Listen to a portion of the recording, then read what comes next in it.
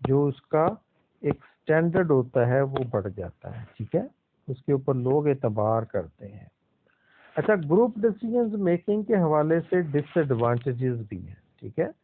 پہلا جو سب سے پہلا ڈس ایڈوانٹیج کیا ہے کہ ٹائم کنزیومنگ، کوئی بھی آپ فیصلہ کرنے جاتے ہو تو اس کے اوپر بہت ٹائم لگ جاتا ہے، لوگ جتنے زیادہ لوگ ہوں گے ڈیفینیٹلی وہ کسی چیزوں کے حوالے سے چھوٹے سے مسئلے مسائل کے اندر بھی جو ہے وہ اپنے آپ کو الجھائے رکھیں گے، ٹھیک ہے، ٹائم کنزیوم کریں گے۔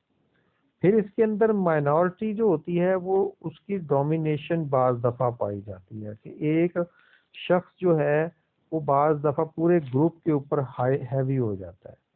پریشر ٹو کنفارم، ٹھیک ہے نا، گروپ تھنکنگ، کہ بعض دفعہ چیزوں کو کنفرم کرنے کے لیے پریشرائز بہت ہوتا ہے۔ ایمبیگوس رسپانسبلٹی ہوتی ہے، لوگوں کی رسپانسبلٹی، جتنے بھی لوگ اس ایک گروپ میں یا کسی ایک فورم پہ جو مل کر کام کر رہے ہوتے ہیں، ان کو اپنا ویژن جو ہوتا ہے ان کو کلیئر نہیں ہوتا، ان کو اپنی جاب ڈسکرپشن کے بارے میں اتنا نہیں پتا ہوتا کہ ہم نے کیا پرفارم کرنا ہے، جس کی وجہ سے صحیح طور پر رزلٹ بھی نہیں دے سکتے وہ، ٹھیک ہے۔ اچھا، ڈیسیژن میکنگ کے حوالے سے کچھ جو اس کے اندر جو ٹینس پائے جاتے ہیں وہ کیا ہے؟ ایک تو ہمیں اس میں مور ایکوریٹ ہوتا ہے، مور کریٹیو چیزیں ملتی ہیں، مور ایکسیپٹیبل ہوتا ہے، اور مور ٹائم کنزیومر بھی ہوتا ہے، کہ اس کے اندر ٹائم بھی زیادہ لگتا ہے، ٹھیک ہے۔ ڈیسیژن میکنگ کے اندر جو اسپیشل ٹیکنیکس جو استعمال میں آتی ہیں وہ ہوتی ہے، ایک تو سب سے پہلے برین اسٹارمنگ۔ برین اسٹارمنگ کیا چیز ہوتی ہے؟ کہ جب زیادہ افراد مل کر، دو یا دو سے زائد افراد مل کر کسی بھی ڈیسیژن کے کسی بھی پرابلم کے حوالے سے جو اپنے دماغ کے اندر جو مختلف قسم کی آپشنز کے اوپر مختلف آپشنز کے اوپر غور و خوض کرنے کے بعد جو ایک نتیجہ نکالتے ہیں اس کو ہم برین اسٹارمنگ کہتے ہیں، ٹھیک ہے۔ نامینل گروپ ٹیکنیکس، ٹھیک ہے، کہ یہ بھی ایک پائی جاتی ہے کہ گروپ کی ایک ٹیکنیک ہے کہ آپ ایک نامینل وے کے اندر رہتے ہوئے آپ لرن کرتے ہو، ٹھیک ہے۔ الیکٹرانکس میٹنگز بھی آپ کر سکتے ہو، آج کل ایک بہت جدت آ گئی ہے ہمارے اس کے اندر، تو اس حوالے سے بھی آپ کر سکتے ہو۔ اچھا اسٹوڈنٹس، یہ کچھ ڈیسیژن میکنگ سکلز کے حوالے سے کچھ کویسچنز ہیں، اس کو آپ نے رسپونڈ کرنا ہے اسائنمنٹ کی شکل میں، ٹھیک ہے، جس کے اندر how many decisions do you make in a day, ٹھیک ہے، یہ کچھ کویسچنز ہیں، ان کو اسٹڈی کیجیے گا۔ پھر اسی طریقے سے how do you make a decision, آپ کیسے ڈیسیژن لیتے ہو، what is a good decision. پھر اسی طریقے سے how describe how you recently made a good decision, ٹھیک ہے۔ تو ان جو ٹاپک ہے اس کے اوپر آپ نے ڈسکشن کرنی ہے اور اسائنمنٹ کی شکل میں ڈسکس کرنا ہے، ٹھیک ہے۔ آگے اسٹوڈنٹ ہم لوگ فردر جو ہے مختلف قسم کی جو ٹیکنیکس ہیں ڈیسیژن میکنگ کے اندر، یا یوں کہہ لیں کہ آپ ہیلپنگ ٹولز ہیں جو ہمیں ڈیسیژن میکنگ میں ہیلپ آؤٹ کرتے ہیں، ان کو ہم آگے فردر انشاءاللہ اسٹڈی کریں گے۔ تو یہاں تک اگر کسی اسٹوڈنٹ کو کوئی بات سمجھ نہیں آئی، ٹھیک ہے، تو وہ بلا کسی جھجک کے، بلا کسی ہیزیٹیشن کے وہ کمفرٹیبلی ڈسکس کر سکتا ہے، ٹھیک ہے۔ اپنا خیال رکھیے گا، انشاءاللہ اپنی اس ٹاپک کو ہم مزید آگے ایکسپینڈ کریں گے، ٹھیک ہے۔